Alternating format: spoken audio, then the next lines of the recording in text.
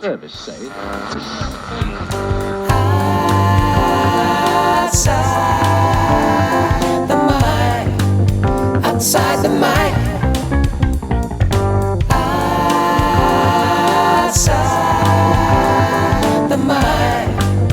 Outside the mic.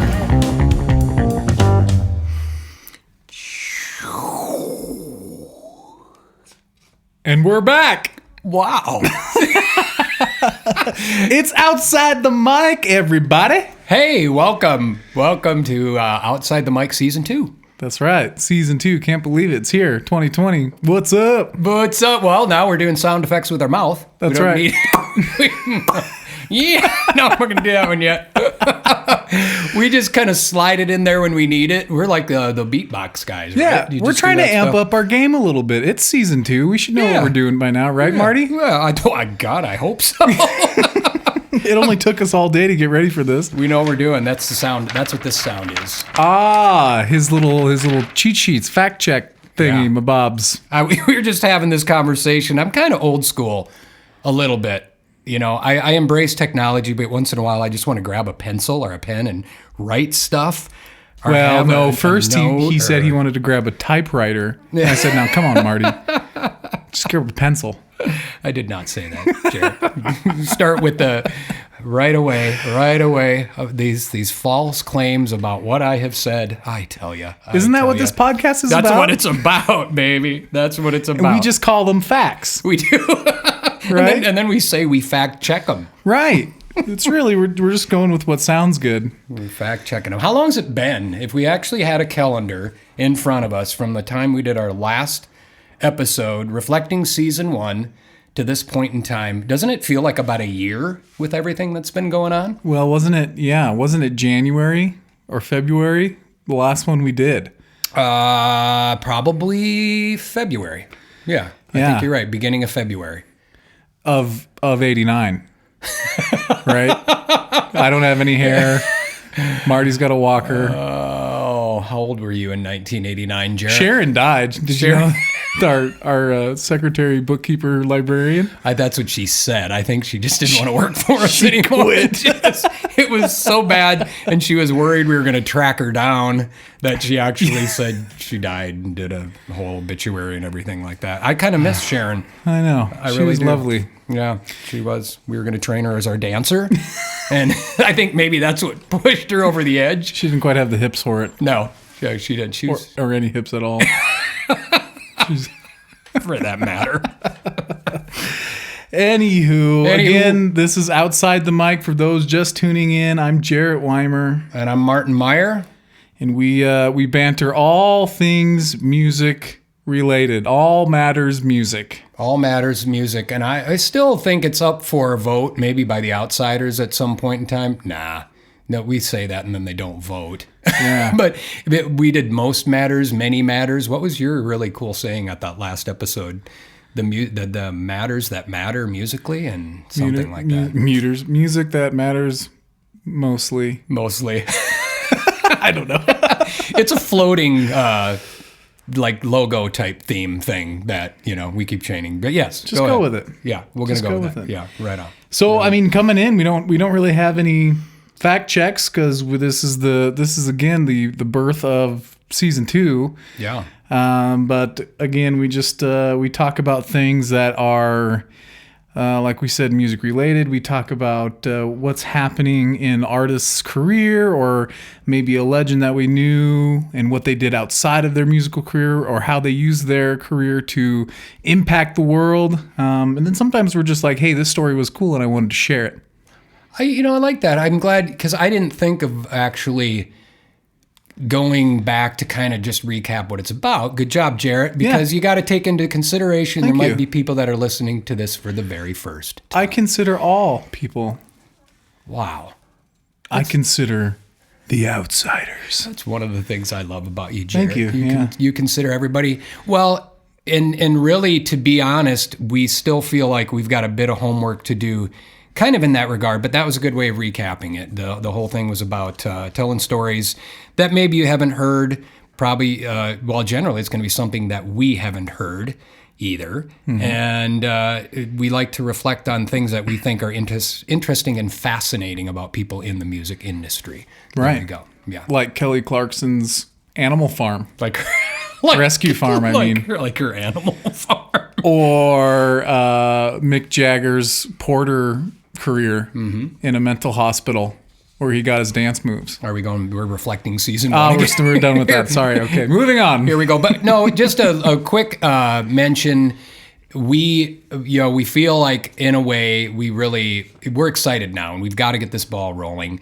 We feel like we kind of lost momentum a little bit. Obviously, things have happened. I was out of the country. The whole COVID-19 thing is going on. And for everybody, things have changed a lot. And there's a lot of considerations in their world. So it's been a while. We were listening to the last episode and we realized we always had something we carried forth from the last episode.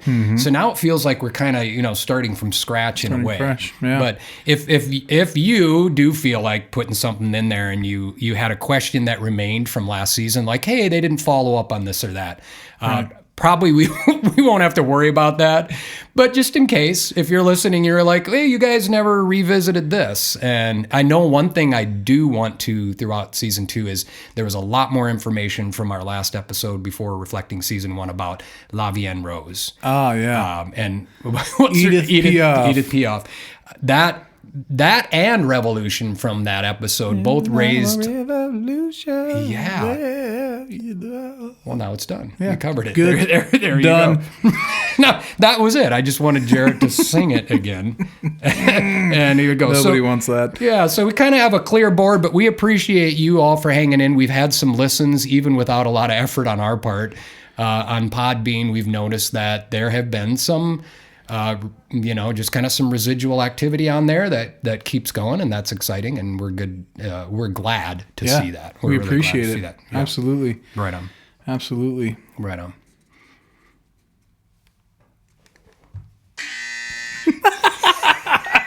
We have a new feature to it, OTM. We've noticed by reflecting on season 1 that Marty and I very much can go into various rabbit holes and wander off the path when we're talking about our stories. So we both have ready and loaded. We both have buzzers on our phone. So when the other person gets too mumbly and rambling on, he'll just give a little bit of a...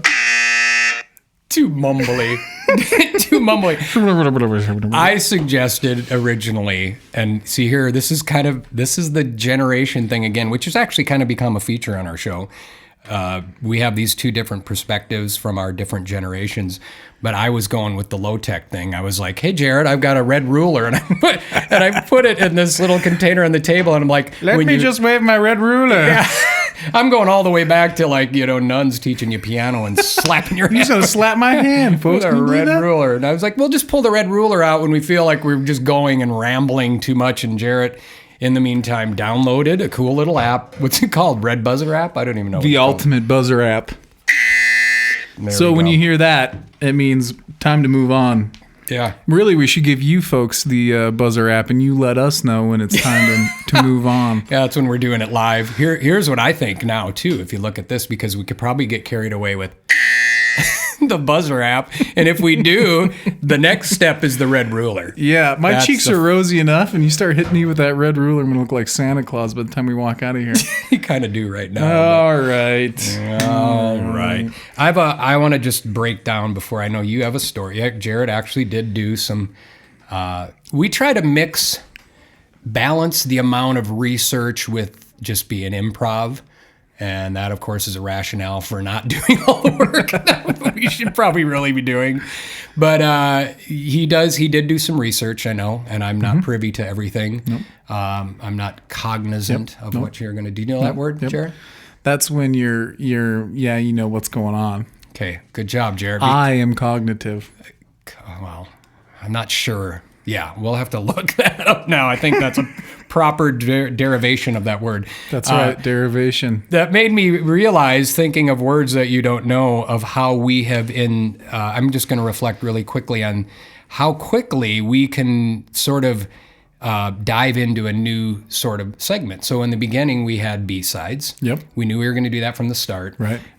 So we had the stories about artists outside the mic. We had B-sides. And then the next thing we hatched was misheard lyrics. Right. We had a lot of fun with that. And then that led to, just through the natural progression, there was words like mondegreen. Mondegreen Was the first one. And then shortly after that, I realized there's a lot of words that Jarrett doesn't know. I didn't know that was actually a segment of the show, but that's fine. It has now become a segment. I said, and we're Better calling get it. paid more if it's all about me. It's called Words Jarrett Doesn't Know, or Jarrett's Vocabulary Lesson. I'm going to be smart after this You is are. done. Well, that's kind of. I concur, good sir. I'm glad you're so optimistic about it. Glass half full kind of guy over here. You are. There is also the Guess the Comedy sketch. Segment. We did one of those. We've only done that once. What were they called? The Scuttle Brothers? No, what were they called? The Smothers The Brothers. Smothers Brothers. We're the Scuttle Brothers. We're the Scuttle Brothers. There you go. I like it, brother. That's good. The Smothers Brothers, which I do really want to revisit some of their stuff again because I really like them. And, well, I hope everybody enjoyed that. That was not a pilot. Again, in case you missed the last episode and you were still wondering, which I'm sure there's so many people hanging on the edge of their seat going, how did they come up with that whole not a pilot thing? That was the Smothers Brothers. So, Look them up. Look them up. And I so you did you? No, you showed me. Okay. Thanks for being honest about that's that. me. Well, so the reason I bring up the segments is, and I'm just going to do this really quickly because I didn't have time to research it as much as I would have liked to. Imagine that. But along with misheard lyrics, I stumbled upon something that was a story about misunderstood lyrics. Oh, that's a whole new ball game. I've always been described as misunderstood. That's my ball game thing. Did you get that? Too late, Jarrett. You didn't buzz me in time. It's not working. My buzzer's there. It is. Oh, okay, you got me. You got me. So fascinating, and I guess I hadn't really thought about it. I'm sure I have when I'm listening to a song, and I might have an interpretation, and I think I've reflected before thinking, like, I wonder if that's really what they meant.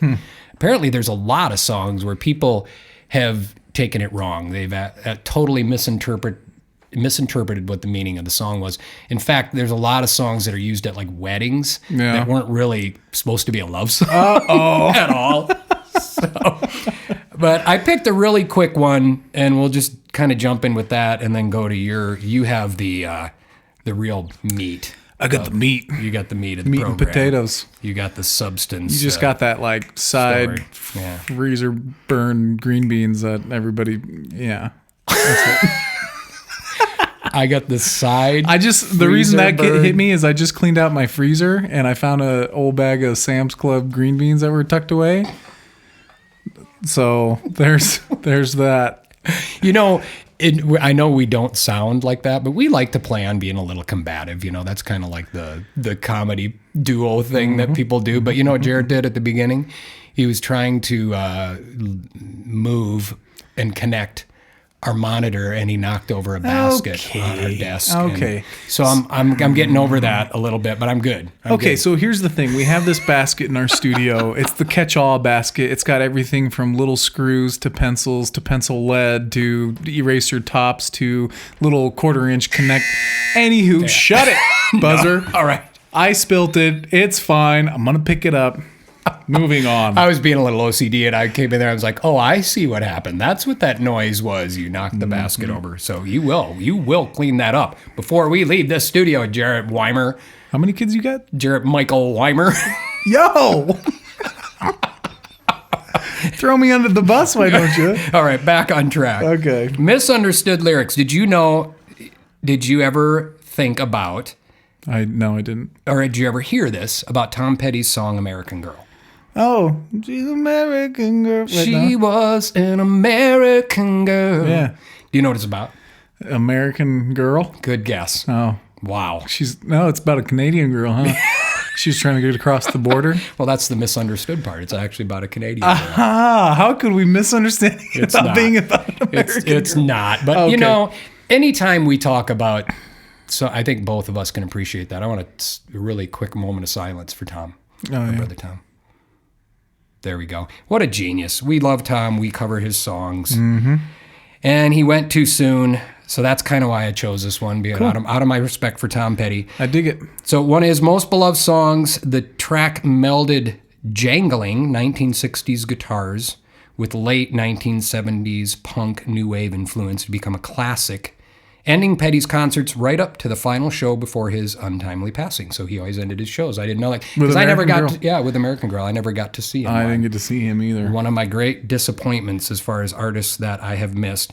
But he always did that. He had a way of creating some sort of unique characteristics to his song. And like they said here, he's combining these different stylistic elements from different decades. So for years, the song was thought to be about a girl. I never heard this, but apparently a lot of people did. A girl who committed suicide by throwing herself from a residential tower at the University of Florida, which is located in Petty's hometown of Gainesville. Jeez. Isn't that crazy? However, Petty himself categorically... I'm looking at Jared. Does that mean when you categorize things? Now every time I say any big word, I'm just going to look to see. He has this thing, it kind of just glazes over his eyes if he doesn't understand. Drools a little bit. I'm drooling a little bit. Categorically shot the story down in the 2005 book Conversations with Tom Petty. And did you know there was a book called Conversations? I did not know. Now I want to read that. That would be cool. I definitely want to read that book. We can bring that into outside the mic. Yeah. And this is in quotes, urban legend. It becomes a huge urban myth down in Florida. And he says that's just not at all true. The song has nothing to do with that, but that story really gets around. I wish I could imitate Tom, but that story really gets around. They've really got the whole story. I've even seen magazine articles about that story.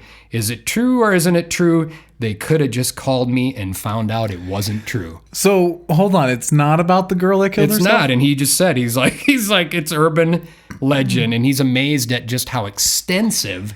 How that in the story hell did we go from American Girl to this Florida chick who? Mm-hmm. How did that happen? Well, see, and now that's an interest. There we go. We've launched our first little. Angry Bird. I don't know why I called it that. Curious, Watson. Yeah, it makes you wonder, and maybe it's out there, maybe it's not. Who started it? I mean, do people just do that for kicks? They're like... Well, I mean, look on the internet, how many falsified... every day you see a news article about some celebrity who died, and then you find out, no, they didn't die. Someone's just... passing around nonsense. I hate those. I hate that. Well, there's so many ways rumors can get started. And it's just our urban legend can get started. Somebody could just be talking in a bar and had too many drinks, and then they're like, oh yeah, I know that song. Some girl jumped off a tower. It's about suicide. And then boom, the next thing you know. And there was like a journalist sitting down three seats down in the bar, and he's like, oh really? Starts writing it down. Then he publishes it in a Florida newspaper. It makes its way back to L.A. near the Beverly Hills where Tom Petty was, and he goes, nonsense. That actually happened. See, now we're starting a new urban legend about it. So, Here on OTM, it's facts, baby. Practicality of Tom Petty, though, I love it. He's like, they could have just called me and found out it wasn't true. Why didn't they just call me? Here's my number from now on. Yeah. Just call me. I love it. Free Fallin' is not about a highway. Or vampires. Well, it's not about jumping out of an airplane and your chute doesn't open. I don't think so. But so in the same book, he explained the song's true inspiration came from his time living in California. That sounds right. In quotes, I was living in an apartment where I was right by the freeway. The cars would go by in Encino near Leon Russell's house. And I remember thinking that sounded like the ocean to me. Is that your Tom Petty? That's as close as I can get right now without hearing him in an interview. That was my ocean. This makes me almost emotional. I love Tom, just the way he talks. That was my ocean, my Malibu, where I heard the waves crash, but it was just the cars going by. I think that must have inspired the lyric. Isn't that song? Wow. Just sitting there listening to cars and going, no, that's not cars on a freeway. That's the ocean. I can relate. When I lived on in Hollywood, I lived on Argyle, and there's a freeway that ran right by. I think it was the 101 that ran right by. That's right. You were a Hollywoodian. Yeah, I was, and yeah, I mean, it sounded just there's this low hum, So I guess it could be described as an ocean. I think when I lived in Santa Monica off the 10 freeway, when we were only a couple blocks, you would get that too. Yeah, you kind of that sense. Or maybe it was just like, I'm so tired of listening to cars, I'm going to pretend it's the ocean now instead. It's the ocean. White noise is white noise, That's right? It's like, what? Sometimes what I the stare in front of the TV with the white noise on, and I kind of drool a little bit. And I'm in Malibu on the beach, and I'm about 50 pounds lighter, and I'm got I've got my abs on. And I'm gonna do that myself.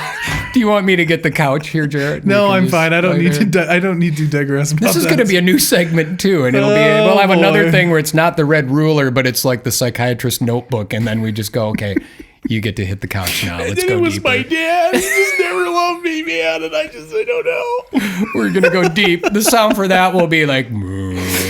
My dog Buster died, and it just really hit me. It just kind of stayed there. Moving on. So that was our new. We just launched a new segment. Misunderstood lyrics. I dig it. I'm going to jump in on that. That'd be cool. Right on. And all respect, Tom Petty. Yeah. You the man. You the man, Tom Petty. Yeah. Right on.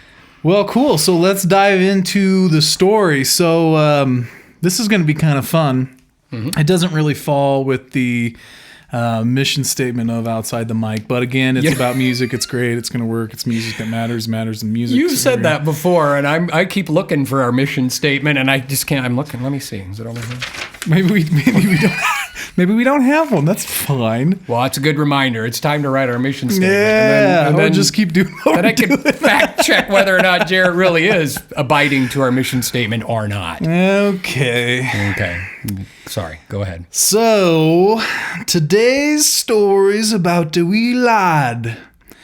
Takes us back to 1999. Actually, wait, hold on.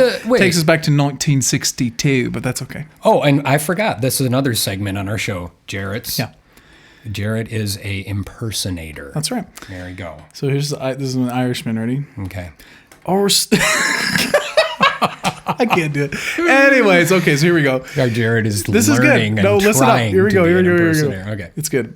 All right. No, I'm going to do any voices. Here we go. Okay, so this is the Outside the Mic. This isn't a new segment. This is Outside the Mic. This is basically, right? This is it. Yeah. Okay, all right. Got it. Here we go. This is a real deal. You ready? Thanks for letting 3, me know. 2, 1. Here we go. Got it. I'm with you. Okay. So our story starts February 7th, 1962. Whoa, I wasn't even born yet. All right, that's right. A wee lad was born in Tulsa, Oklahoma. Mm-hmm. He was the youngest child to Torial Raymond Brooks Jr.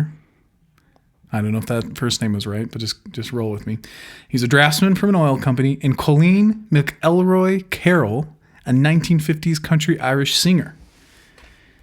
In 1981, at the age of 19, this now adult wee lad became overwhelmed with passion for country after hearing George Strait's Unwound, which prompted him to begin pursuing playing country music. It didn't take long for our artist to hit fame and success, as his first album charted number 2 on country Billboard charts, which spearheaded a multi-platinum career and music legend status.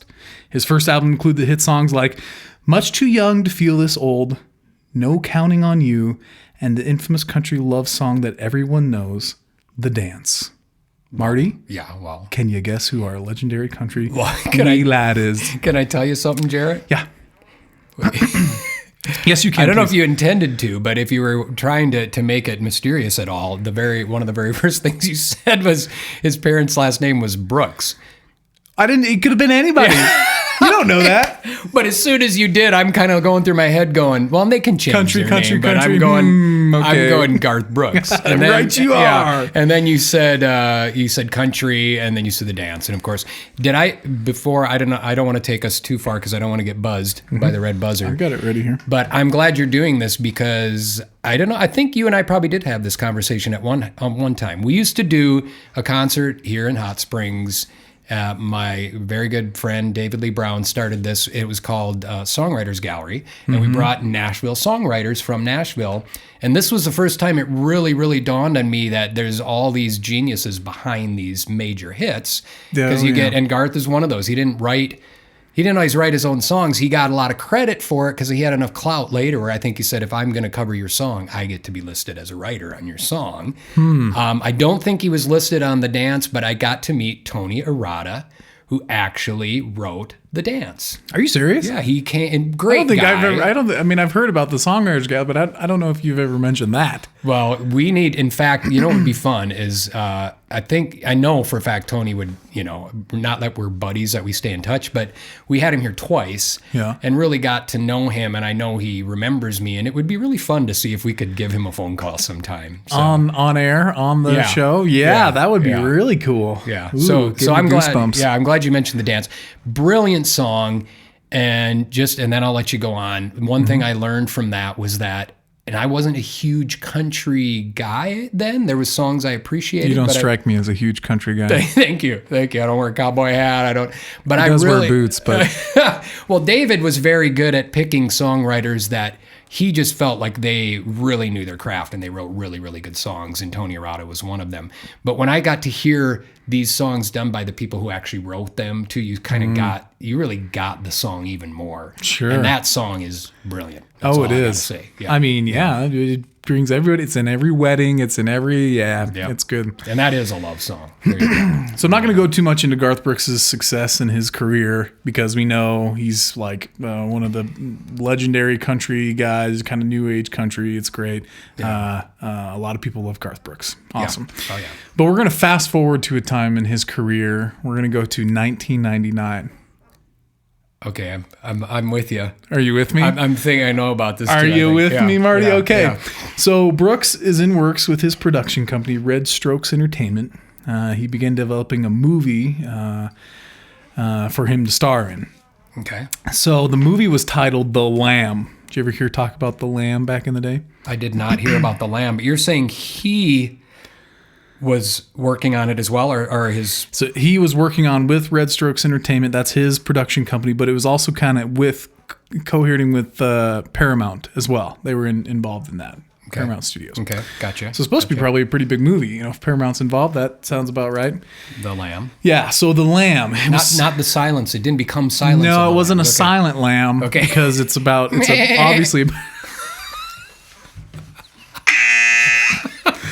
Go on. So, The Lamb was to be centered around a fictional rock singer named Chris Gaines. Oh gosh. Okay, I know Chris. I had no idea the movie had anything to do with Chris Gaines, but I know that's where it started. That's where the whole character Chris Gaines started from. So the plot was to cast light on Chris Gaines, the rocker, and his emotional, conflicted life as a musician in the public eye. Wow. Okay. So during this, Brooks had to start promotional events for the movie. So to promote the movie, Brooks posed as Chris Gaines and released an album called The Life of Chris Gaines. The album was to symbolize as a greatest hits album for this fictional rocker. It was said the album song timeline was spanning several decades of recordings, or supposedly these recordings of Chris Gaines. Like he had a long career in music and was a super successful rocker. So I had keep going. This is interesting. I knew all about the Chris Gaines thing, but I didn't know about the movie, so I'm learning. Yeah. It gets good. Okay. So the promotion for this movie went as far as Brooks appearing as Gaines on a VH1 behind the scenes episode, as well as a musical guest on Saturday Night Live. As Chris Gaines? Well, so SNL, Garth Brooks, he hosted the show as himself. Okay. But was the musical guest on SNL as Chris Gaines. I did not know that either. Yeah. So on this VH1 the behind the scenes episode, Brooks went so far to sell the fictional character as real that he had known artists like Billy Joel and a few known journalists at the time interview on this VH1 behind the scenes like they knew Chris Gaines. Serious interviewers. Yeah. Okay. Billy Joel was one of them that I saw. There's a few other journalists that I didn't, and so Billy Joel. Yeah, he was one of the acting like he knew who Chris Gaines was. Oh, okay. Like he was a real person. Was he doing the interview as the? No, he was being interviewed. Commenting. Yes. Got it. Yep. Okay. Reflecting. And so, What was even crazier is for the behind the scenes episode, they developed another character. It was police officer Barry Sanders. Okay. Do you remember this? Okay. He told a story of how he responded. He was on the first of the scene to a suicide attempt by Chris Gaines. Oh, Lord. When he drove his car off a cliff. And so it was reported that Gaines was left with broken arms, broken pelvis, and a ton of disfigurements.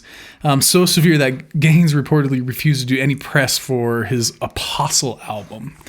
Which would have been the second or the... I don't know. Okay. He had like 6 albums, supposed albums. This is Chris Gaines. Supposedly. But do we know how many he actually did record as Chris Gaines? He recorded the greatest hits. And so the only one that... The only album that really got recorded was The Greatest Hits. And I'm going to try to find a little bit of the... That's what you do in the music industry. Make somebody up, and then you record an album called Their Greatest Hits. Good. Yeah. I'm going to try to see if I can find the song. One of his... The hit is, I think it's like Lost in You or something. Okay. Well, Chris Gaines. But anyway, so... Well, if you want to look, I got a comment. Yeah, go for it. Yes, yeah. You look on your phone because... Here is what's interesting. What year did you say it was again? 1999. 99. Right before the big 2K, yeah. I think there may have been even prior to that. That was when the album was released, was 99. Is that correct? The Chris Gaines album that he actually did release? It could have been right around that time because that's when they were starting to promote the movie. So they would come up with this false greatest hits album. Yeah. So it could have been around that time. Well, I'm thinking, and I'm just reminiscing or reflecting back and trying to remember. I do recall that somebody I knew, and I thought it was when I was with the software company in California, that somebody had bought his CD, Chris Gaines, and we were laughing about it. And I just remember thinking, this is so absurd to me that Garth Brooks is doing this. Mm-hmm. And yet I'm trying to think in my head, it's like, why would somebody do this? And well, maybe he just wanted to do a different style of music, and this was the way he wanted to do it as a different person. But now when you mention it, which is why I'm really glad you're doing this, is you think about, well, yeah, if you're going to create a new artist and it's not going to be you, it's an alter ego, mm-hmm. I guess you would have to have a little bit of juice about who they are, where they came from, or else what are you going to do? It's like all of a sudden out of nowhere, this mystery guy appears, got dropped here on an alien ship and got a record deal and signed with Warner and released an album. So there's apparently a lot more that went into creating this persona than I ever realized. Right. And I do recall that it didn't seem like the album did very well. Because when it came out, it was pretty obvious he wasn't keeping it. Or if he tried to, it wasn't a big secret. People knew this was Garth Brooks. Right. I mean, we did when we were talking about it at the time. We were like, okay, Garth Brooks is this Chris Gaines guy.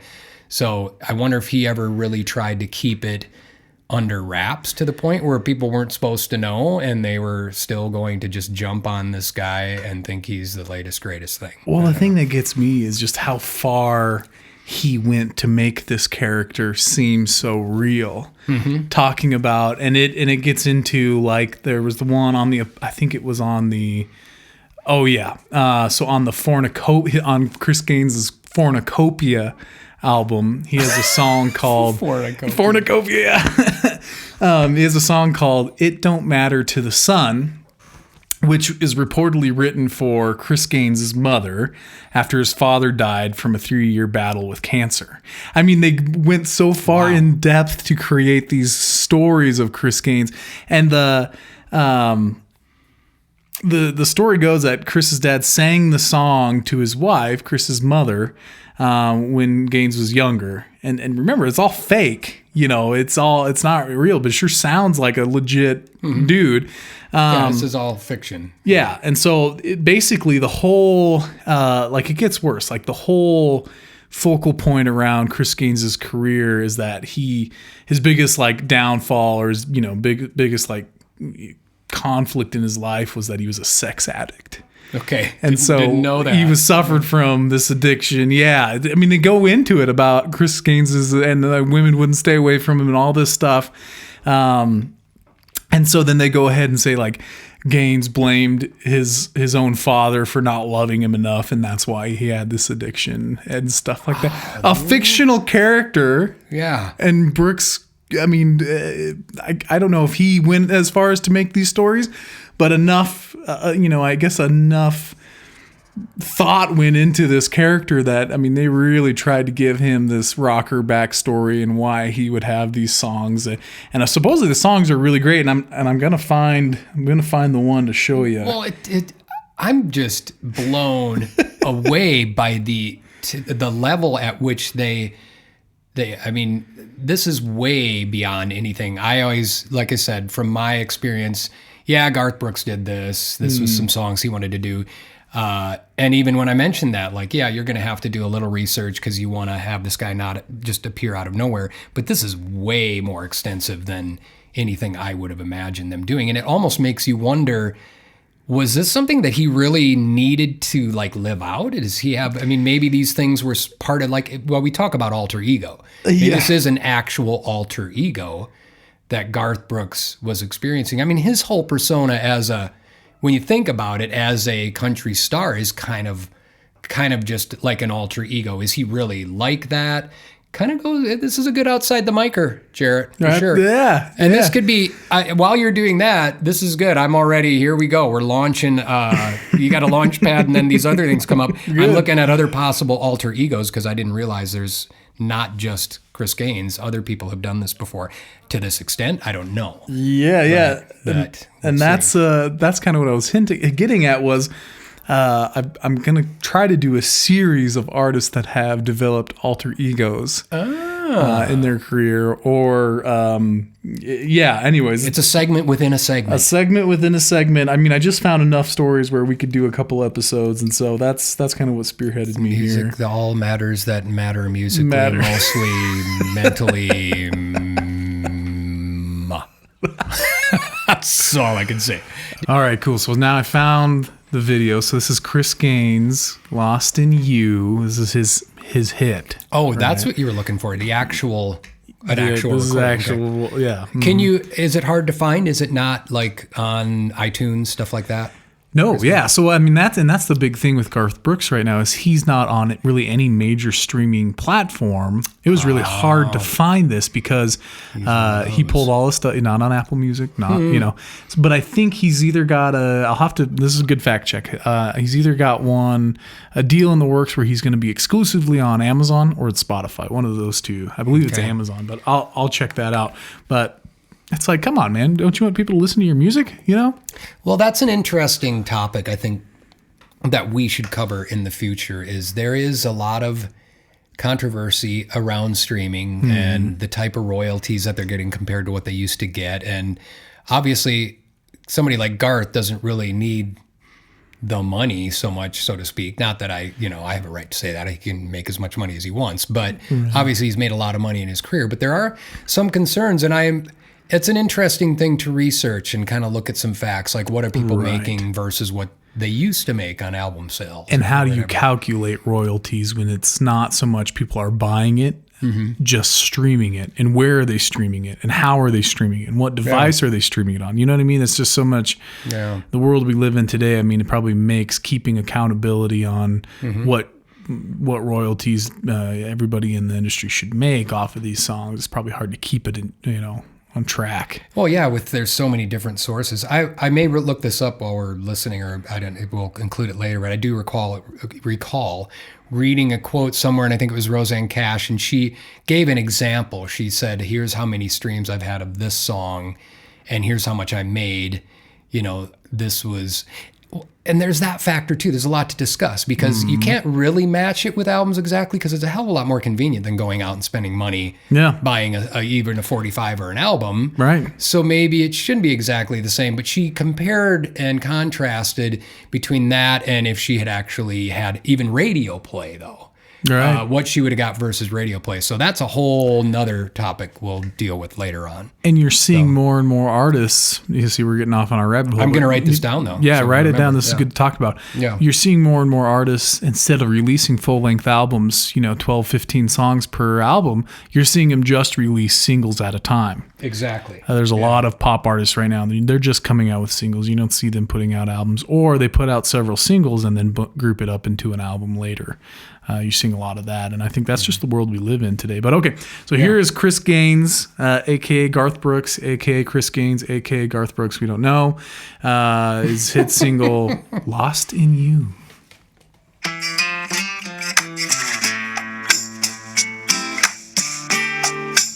It's groovy. Yeah. Definitely not country. Listen to his voice. This is what gets me. There's no more waiting, holding out for love. It sounded like he wore tighter underwear or something. You are my sunset that I've been forever dreaming of. Cool. Yeah, I mean, look at the falsetto. I mean, if that's Garth, man, what a great voice. Because I'm going to pull up. Here's a Garth. Well, you can Brooks tell. song. I could hear the characteristics right in that first phrase. There was that characteristic sort of Garth Brooks throat sound that I could tell was him. But yet, is that whole song in that range? Is it? All his songs in that range? That's what people commented most about was the falsetto that he was singing the whole time.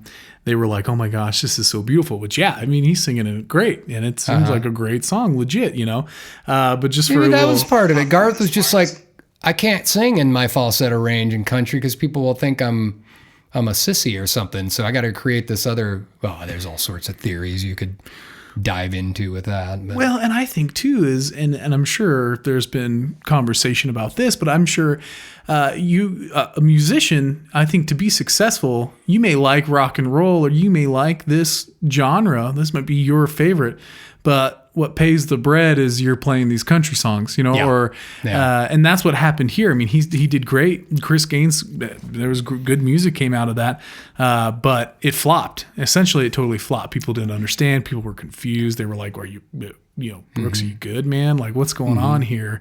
But maybe it was just like he wanted to do these songs and he wanted to do them like this instead of like this. And I don't. But what's the definition of it flopping if you look at if you're contrasting it with what else he did, sure, it's going to be a flop. It's not going to sell but I'm curious about that too. Well, how many sales?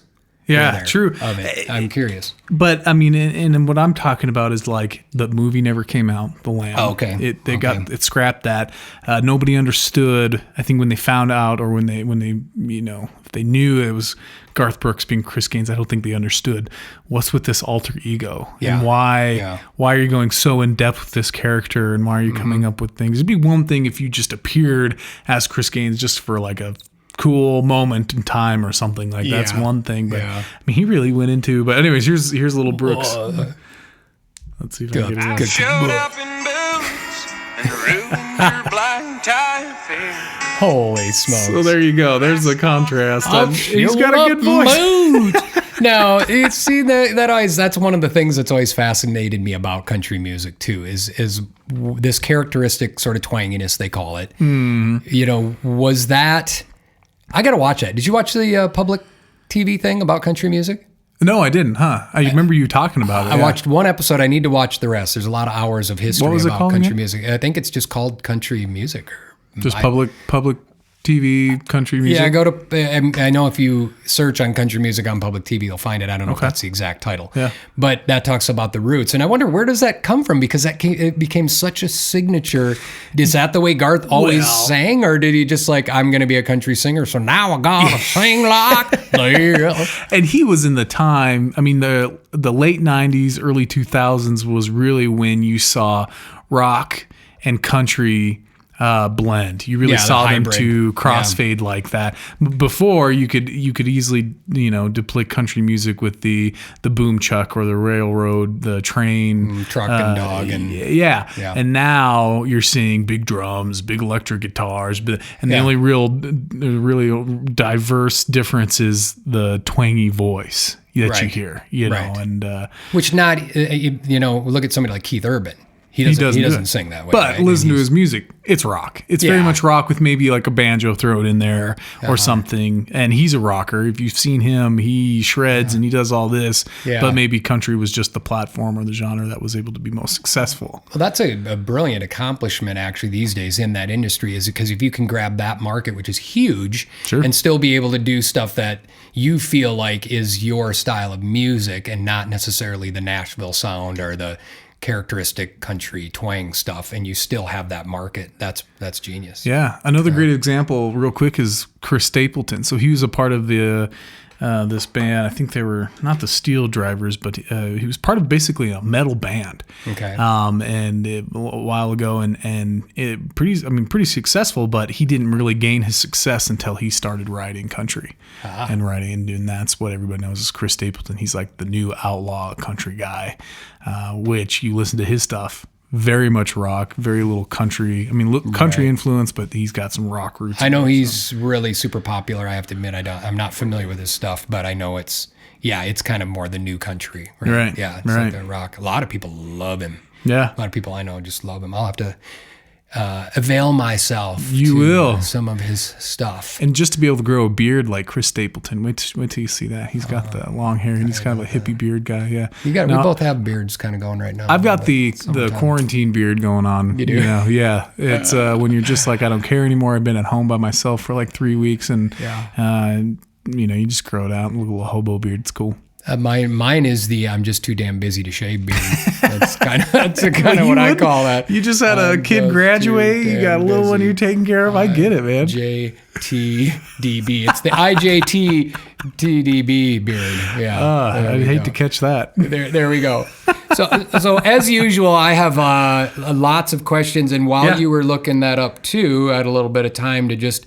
I like the segment within a segment, and I know you have more probably, but I think it's fascinating, and maybe you aren't aware of this, and some of these I had heard of, some of them I hadn't, but we could get some mileage out of this. I found a list of the 15 most famous alter egos in music history. I want to name them all, just a few, but one that I was familiar with and I hadn't thought about, David Bowie, was Ziggy Stardust. And I think with him, it was more about, he created a persona for, and I might be wrong, but I think he created a persona like for a particular album concept. Oh, yeah. And then that's what he would do. So you knew it was like, okay, this is David Bowie, but now he's Ziggy Stardust. And which I guess it's kind of the same thing, except that I don't know if he tried to sell it like it was this different person with all the back history and everything. Yeah, like that's where it was the extreme with the Chris Gaines situation. Yeah, that's where people probably thought it was weird. And I think Garth Brooks even made the comment. He's like, you know what? For people who got it, they loved it. And for people who didn't get it, they didn't get it, and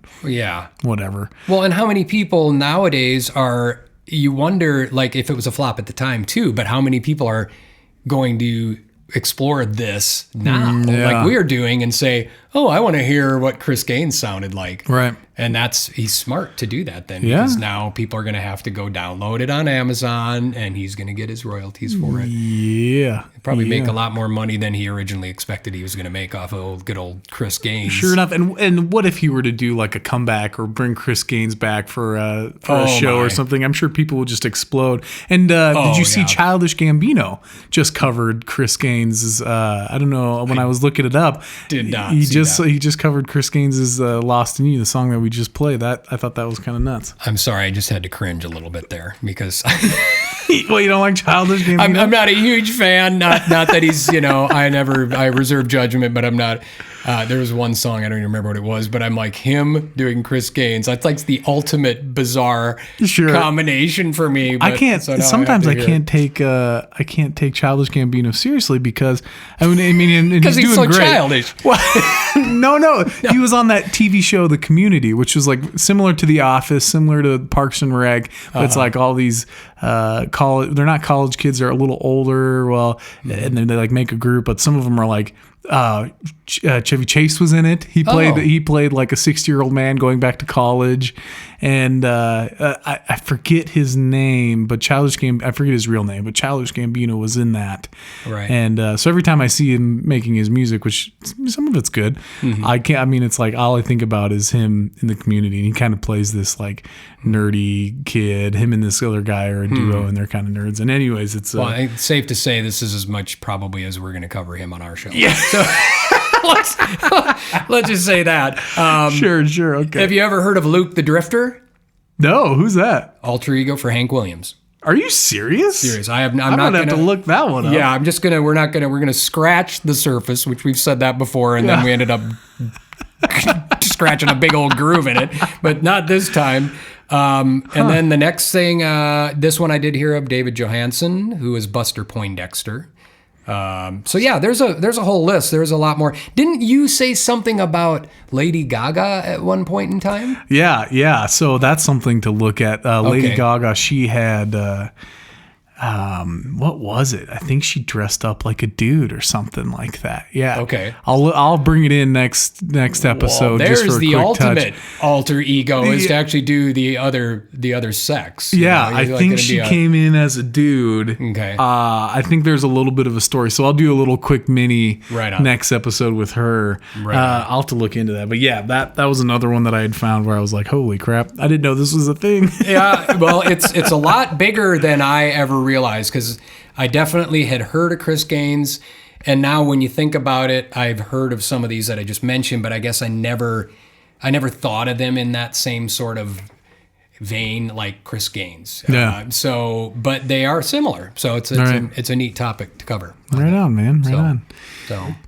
Okay, so I don't know where we're at. We're going to try to not focus so much on the time this time, as long as we're not getting into 2 hours. But as usual, I think that's something we can learn, Jarrett, still, is what we realize is it's obviously when you're having a conversation, that's what conversation is about. It makes you think of something. It leads you in another direction. But some of that, we're just going to take that direction and use it next time. That's what the red buzz is. Or sometimes you got to give it the old buzz. Yeah, give it the old buzz. So I do have one other thing, and I think I mentioned this to you, but I found this really fascinating industry-related story, which is maybe this will be our new news segment. It's like, what's in the news? Today on News Center One. Here we go. Whoa, did you hear that? Yeah. They're doing some construction on the building, and we just heard a loud bang. It was an earthquake, maybe. We were gonna mention that and have a disclaimer at the beginning, but it's actually been rather quiet until that. It sounded like a thunder boomer going off. But hey, that'll be our new cue in for our news segment. There you go. We just have a rolling thunder sound on there. So I thought this was fascinating, and it's interesting because since it happened, well, and this was the interesting thing too. We had a fire here in Hot Springs, and this happened around the same period of time, maybe a little earlier. But there was a record plant, I guess you can call it that. It was called Apollo Masters Corporation. I might have mentioned this to you. And I'm not going to go too deep into it, but I think it's fascinating because vinyl sales, according to this article, have risen consistently for 13 years in a row. And in 2019, get this, over 18.8 million vinyl records were sold. I believe it. According to Nielsen. Isn't that amazing? Dude, I'm a big record guy. I've got quite the collection, and I think it's cool that some new artists are coming out with vinyl. I'm a big Amos Lee fan, and he does everything on his stuff vinyl, and I think it's superb. That shows how relevant this is, because that industry is somewhat in jeopardy a little bit. Really? As a result of this. I think it's gonna iron itself out, but I had no idea. This is instead of the plant, here's how I interpret this. This place was a place that actually makes the lacquer masters, which they then send to a pressing plant who does the vinyl. And they do the mass distributing that way. Okay. Yeah, they can, once they have a lacquer master, they can start pumping them out. Okay. But there's only, according to this, with this type of master manufacturing, and it's probably a little bit what's the word I'm trying to think of? It's a proprietary kind of a thing. You know, they have their way of doing it. This is sort of it's a really unique. niche type industry, the way they do it. So there's only 2. It says in early February, the vinyl industry took a major hit, seeing one of its 2 lacquer manufacturing plants burned down. The effects of the Apollo Masters Corp fire will reverberate throughout the vinyl supply chain and have relit efforts to support local craftsmen within the field.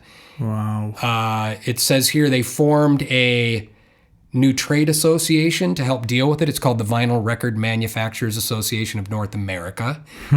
There's only one other plant that does this type of lacquer disc mastering, and it's in Japan. It's called MDC. With Apollo gone, MDC in Japan is now the only factory producing this crucial product. Holy cow. Isn't that crazy? Dang, man. Think about it. It could be like jeopardizing the industry. But as I read on, I learned a new word, which was cool. Oh, God. Okay. I'm ready. Hit me. Well, it says the loss of the largest lacquer production facility in North America is having serious downstream effects. Most notably affected are lacquer cutting and vinyl pressing plants, who have been in the midst of conducting damage control to reassure clients and rejig. That's the word. Rejig their production schedules. Rejig, which obviously just means they have to change a lot to, well, I rejig every morning. Yeah. Do you now? You never wear the same socks. You always have to rejig your socks. Okay, in your underwear too. But anyways, we're gonna rejig right now, and we're gonna look at rejig next time. That might be good. I liked that word. Let's rejig this real quick. It just means they're having to change a lot as far as their schedules. Vinyl cutting factories are now forced to prioritize customers and even what recordings they are going to cut. So there's a lot of changes. So, but then as I got to the end of this was an interesting part, I thought, too. It does say that with this association, it's really in regards to North American pressing business. But there are European manufacturers as well. But apparently they use it says some of whom have adopted other audio mastering techniques, referring to the European manufacturers, and it's called direct metal mastering, which refers to the process of cutting into copper instead of lacquer. Wow. So they want to retain the authenticity of a lacquer master. The copper is slightly different and might affect the sound, but it's one of those things where, well, as long as they have an alternative, and if it's European, well, who cares? As long as they can keep making vinyl records. But this is something we'll have to follow. I haven't seen any recent stories about it since the first articles that hit regarding the fire.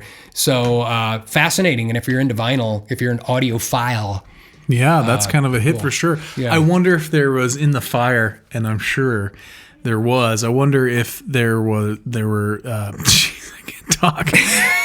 I wonder if they were. We're getting to that there was point. machines that are irreplaceable. That Yes. specifically to this that did that lacquer job, and being that there was only 2 facilities that did this, machines that burnt down that maybe they can't recreate, or it's going to take some time to get back to that. That was part of it, because a lot of these, again, these are old. This is an older technology, and a lot of these machines have been around for years. There was something that they referred to called a stylee, and it's the device that's used to actually burn the grooves in the record, and that was fairly proprietary as well. Oh, man. But another issue is, because of the new environmental laws in California, they're not even sure they would be able to rebuild this type of plant. Because they were sort of grandfathered in, but when you're using this lacquer, it's not a very environmentally friendly product. Sure. And in fact, during the fire, there was explosions and black globs of stuff that went flying out into the street. Oh, gosh. So